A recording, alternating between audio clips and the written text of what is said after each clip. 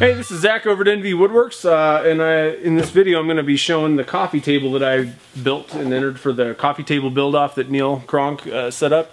First I want to say thank you to Neil and everybody that sponsored the thing and got it up and running. It's a pretty cool event. I'm happy that I was able to enter, but I wish I would have had more time to really put some effort into this, but I'm happy with the results. So what I got here is it's a cedar table. Everything's made out of live edge cedar.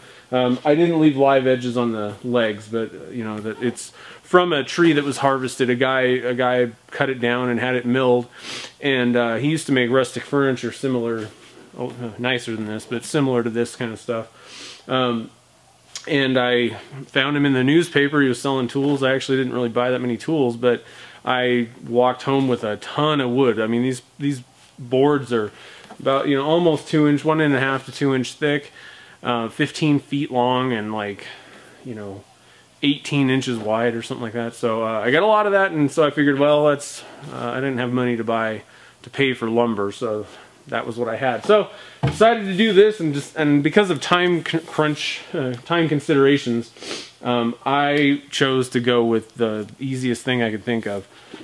Basically, all these boards are actually glued together, but once you had the boards that are glued together, it's literally made up of 3 components.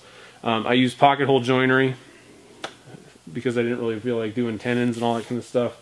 So I did a little bit of sculpting. I left the live edge on the front, but I did some sculpting with rasps and sandpaper and all that kind of stuff.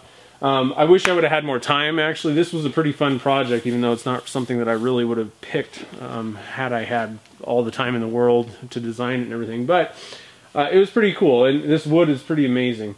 Now, just to let you know, originally what I was going to do was make a surfboard coffee table and do some inlay stuff, and I was actually going to try and do some resin casting and inlay or pour some resin stuff in there, but I didn't have time for that. So this is what we got. So I basically, you know, like I said, I tried to kind of copy the live edge look on the ends, just using rasps, and that was actually a pretty fun process. I don't know how well I did it, but it looks rusticy and kind of live edge, kind of natural.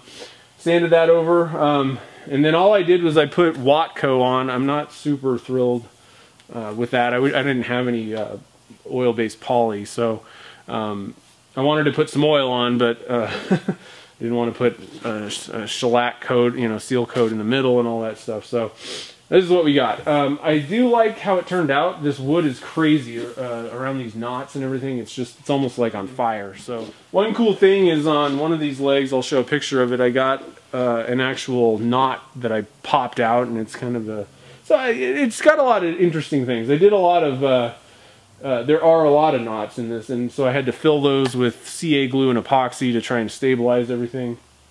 So it was an interesting project. I don't know how much of this rustic stuff I would really do in the future, but it was cool. So anyway, I'll get some photos in this video, and I'll show a couple highlights, and if there's anything that's really that I want to cover a little bit more in depth, I'll throw that after this. And if you have any questions, just hit me up in the comments, or you can email me at zach@nvwoodworks. And yeah, again, thanks a lot, Neil. I had a really good time doing this.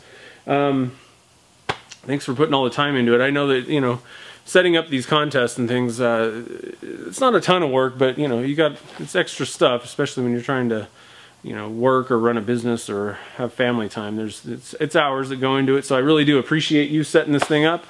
And I appreciate everybody else that's building with this. It's really fun watching, you know, everybody's projects, you know, go through the steps. And so, anyway, thanks a lot for watching. Again, leave me a comment. Let me know what you think of it.